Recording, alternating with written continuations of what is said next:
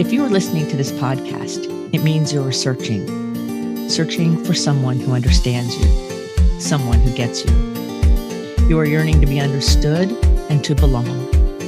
Welcome to the Someone Gets Me podcast, where we help smart, talented, and sensitive people navigate an often insensitive world. I am Dianne A, your host. My roles as ambassador, author, speaker, and intuitive mentor for bright and talented people are woven into each episode. I have the experience and knowledge to educate and inspire, as I have been there and I understand your unique intensities, sensitivities, and challenges. Welcome.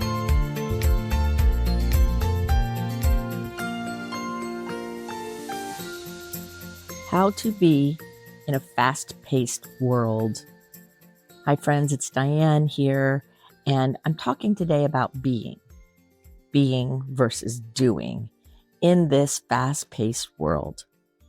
As twice exceptional people, gifted people, highly sensitive people, intensely sensitive people, empaths, all of the sensitivity that we have can sometimes give us a challenge when we're in this fast-paced world that is very demanding and very distracting.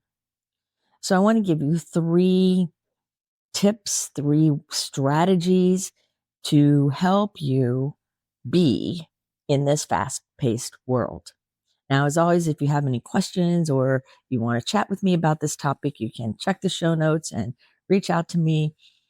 And I am happy to do a call with you and discuss it further, because I think this topic is so important.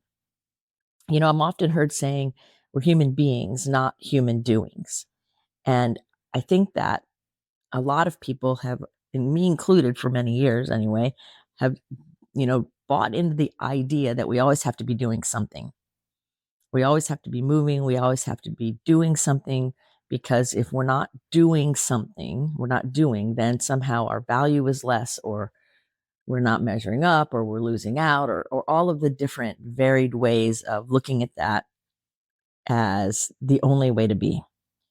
Well, the way I'm seeing things in this fast-paced world with a lot of AI and text messages and, the increasing speed and requirement or perceived requirement that we all have to be available all the time, to be always distracted from being in our own skin. And some of the work I do with all the executives and the creatives I work with and the visionaries is to help us come back to our own skin. Because when we're not comfortable in our own skin and we cannot be in peace, then all the doing can be very frenetic. And as one of my old clients used to say, always time is thrashing all around. And those kinds of things do not serve us. We want our actions, right, to be focused and headed in a direction that serves us and everyone else. So being versus doing all the time can give us that extra oomph that gets us going. And so there was a quote that I've learned many years ago, and I think it was credited to the Dalai Lama, though I'm not 100% sure of that. It might have been Buddha. I think it might have been Buddha now that I'm thinking about it. Anyway, the quote is this: spend 30 minutes a day meditating, and if it's a busy day, spend an hour. So the idea that there's power in being, there's power in rest, there's power in being comfortable in our own skin and connected to our own essence. So I have 3 ways that I think would be very helpful if you practiced them a little bit to become even more into your own skin and friendly with your own neurodivergence, your own giftedness, your own sensitivities. Because no 2 of us are the same. And every one of us has a different constellation of things and a different autobiography. So I'm speaking in generalities in a way that is focused toward understanding that when we get more and more comfortable in our own skin and we allow ourselves to connect authentically to that inner fire, that heart's desire, that calling we have, our actions become more focused, and more effective because we're less distracted and we can see and feel and experience what that inner message is. So the first thing I want to talk about is connecting to life itself. Now that sounds really funny because people go, of course I'm connected to life because I'm living. Well, I'm talking about the greater picture of life. Like, when was the last time that you meditated or you closed your eyes for a minute and thanked like your feet for walking you around, or your knees or your elbows, right? Or your fingers or your eyes, your taste buds. When was the last time you connected to the marvel of your own body, your own being? When was the last time you connected to the beauty of the seasons or the flowers or leaves? When was the last time you walked barefoot on Mother Earth with such gentleness that you could feel all the nuance of the dirt or soil or sand underneath your feet? When was the last time you went outside and enjoyed the night sky? Connecting to life itself is much greater than just our own lives. It includes all life. You know, I look at my little puppy's eyes and I see that life in there. And I reflect on my dog that left her body a while ago that I still miss so deeply, and I can see the life in there. And so, how are you allowing yourself to actually connect to your own life and to life all around you? Because, see, when we're distracted or we're always doing, busy, 90% of the time, if not all the time, we are not as connected to life as we ought to be. Now, I notice with people I work with a lot of people, when they start working with me, hold their breath a lot or breathe just out of the top of their chest, which is not where your lungs are.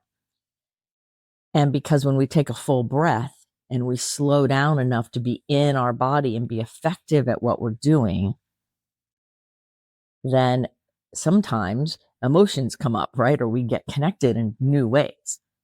So when you're managing companies, or you own a company, or you're part of a team, in any work environment, distraction can work against us.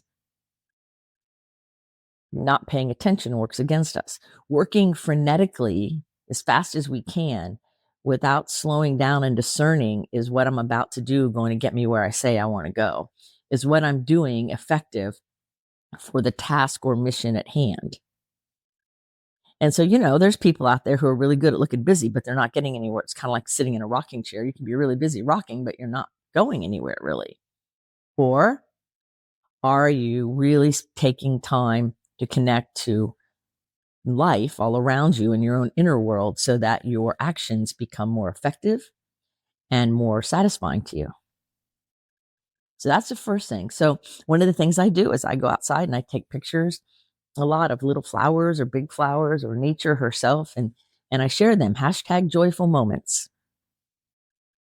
Because when we're reminded of that connection, we become more connected to ourselves. So that's the first thing. And that's an ongoing practice. It's not like, oh, I'm going to go out and spend 5 minutes in nature or go out tonight and look at the moon and that's it. It's an ongoing practice. What are we doing on a day-to-day basis to be connected to life itself? Like sometimes when I'm working with a team of people, especially in a corporate setting where everybody's so used to being dry and emotionless and following the rules, is one of the things I pay attention to is life. Like I look at the different people in the room, and from my heart to their heart, I connect to their life.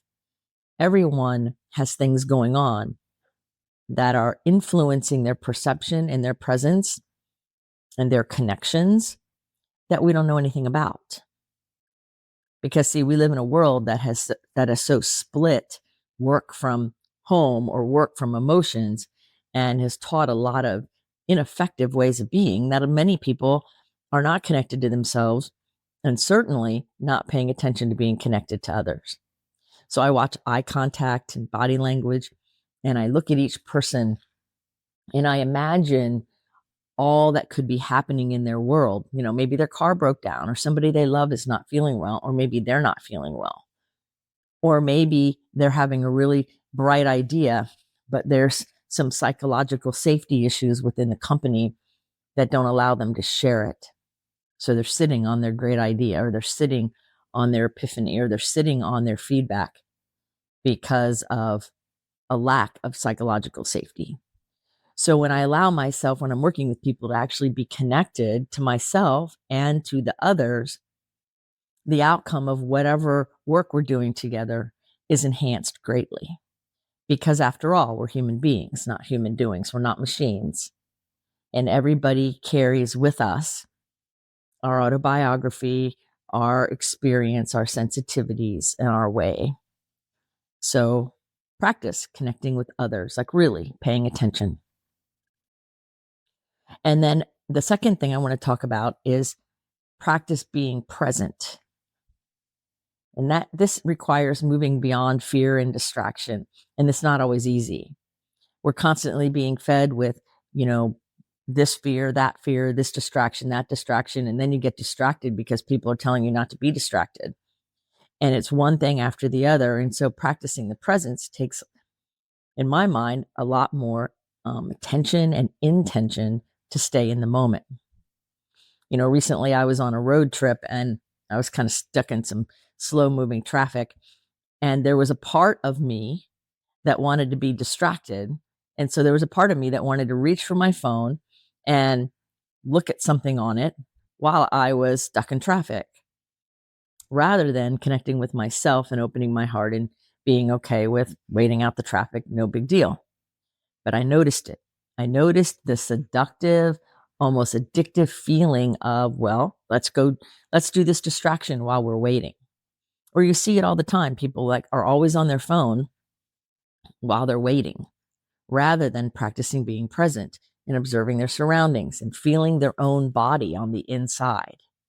Sometimes those waits that we have are really powerful times for us to be able to get more and more clear and more aware and more authentic. So how are you using all your wait times? Are you distracting yourself with your phone or social media or something outside of you? Or are you breathing and paying attention to your own inner landscape? And so sometimes, as a neurodivergent person, I will choose the distraction route because my brain just wants a little bit of distraction. But the key is making it a conscious choice. And most of the time, I choose becoming more present, because in the end, and as the day unfolds, that choosing presence works in my favor for my own peace of mind and my own happiness. And it takes me out of the trance, that sleepwalking trance of this fast-paced world that tries to drag us into it and get us moving so fast that we miss the things that are vital to our own lives. So practice the presence. Put your phone down for a while. Turn off the screens. Practice feeling your knees, your little toes, right? Get in touch with your own body. Practice being present with the natural world around you. It's one of the benefits, I think, of gardening and having plants and tending to them, because we are present with them when we're doing that, when we're digging on the earth. And we are connected to that living essence of that plant. So practicing presence is critical if we want to learn how to be more authentic, be more aware, how we want to just be in this fast-paced world. Because fast pace and distractions can become addictive. And then the moment that addiction takes you over, it begins to harm you. So addiction means you cannot get enough of what you don't want. So like when that urge I had to grab my phone while I was stuck in traffic, that was a form of an addiction that was trying to happen, right? Of the distraction is more important than what's going on in the moment. Can't get enough of what you don't want. And so we are all subject to it. All of us can easily be distracted in this fast-paced world. So the key is our intention and our focus on what matters most. And that is being comfortable in our own skin, being present, being connected to life. We make better decisions when we're connected to the impact of our presence and who we are and our decisions and our words. And the third thing I want to talk about is paying attention to your heart. Now I'm talking about somewhat your heart that's pumping your blood right now as you're listening to me, but I'm also talking about your heart as that center of your emotions. It's in, the energy feeling, I guess you could say, is in your chest, but it's not necessarily just the organ. It has to do with the real currency, if you will, of our connection with others of the same species. See, humans are mammals, right? And so we need to be connected to others of the same species. And we do that through our heart center, through our feelings, through our emotions. We don't do it through our brain. Like a lot of people have fooled us into thinking, oh, you're smart, you can outthink this or figure it out. All those phrases. And that's great. We have great brains and we can figure out things. But authentic connection, that being, comes through our heart, comes through the energy field that is our connection to others, that comes through that care and compassion and love that we feel. That is the real currency. What is making our hearts sing and what is making the inner part of us resonate with the world. It's like I lived in Florida for a long time and people would want to drive to the sunset to see the sunset all the time because I was on the west coast of Florida and it would set over the Gulf and it's beautiful. But the sun setting happens every day. So what gets somebody to go one day and not another day, right? Well, the reason why people drive to see the sunset or drive to see the sunrise or go to the mountains to hang out with waterfalls, it's the same thing. It's the heart. It's the feeling that we experience in the presence of that beauty of nature, which goes also with the connection, right? It's the heart that gets us to drive through the traffic, to go to the beach, to watch the sunset. It's the heart that gets us to watch the clock and make sure we're there on time.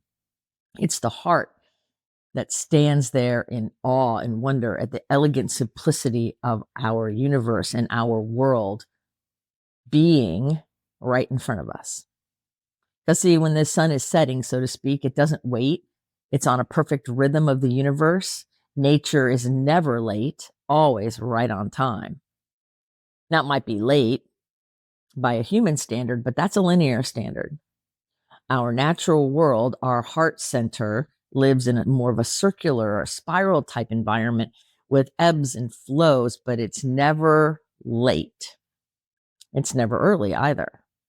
So when we're connected to our own heart center, our own emotions, and we allow ourselves to also then connect with life and stay more present, now that doesn't mean we're not sitting around doing nothing either, right? When we do these three things, we are able to navigate a fast-paced world with much more effectiveness, much more satisfaction, and above all, much more health. Because there's a negative consequence to being driven in this fast-paced world and being disconnected from who we are.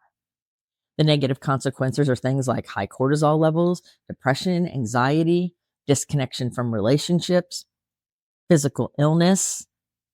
All kinds of things happen when we are not connected to who we are and what we're about.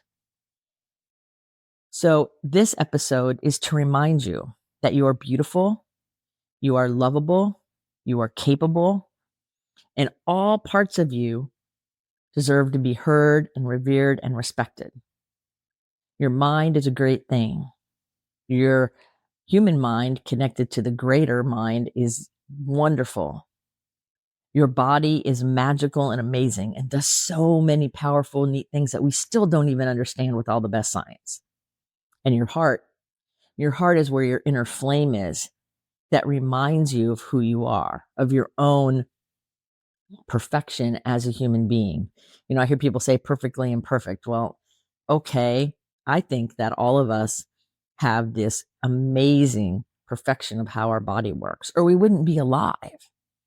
There's so many factors that if they were off even just a little bit, we wouldn't be here. So to me, that is absolutely beautiful. And our heart is our currency.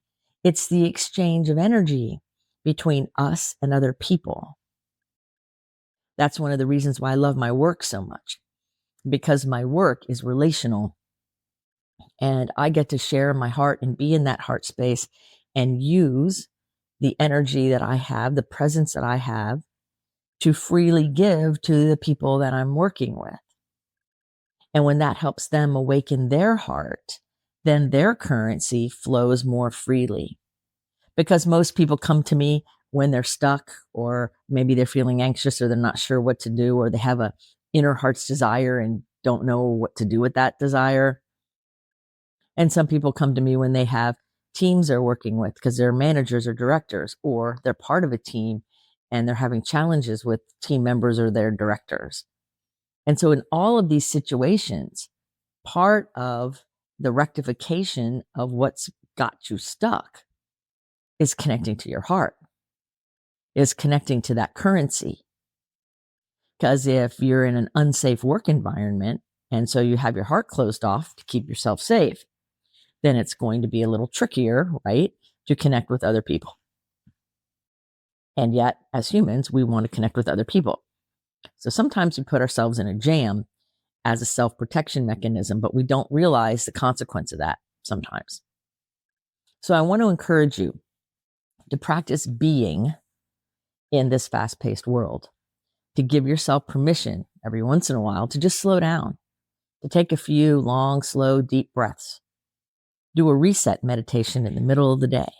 Take 15 minutes at noon or 1 or 2, whenever the middle of your day is, and turn everything off and simply connect with yourself.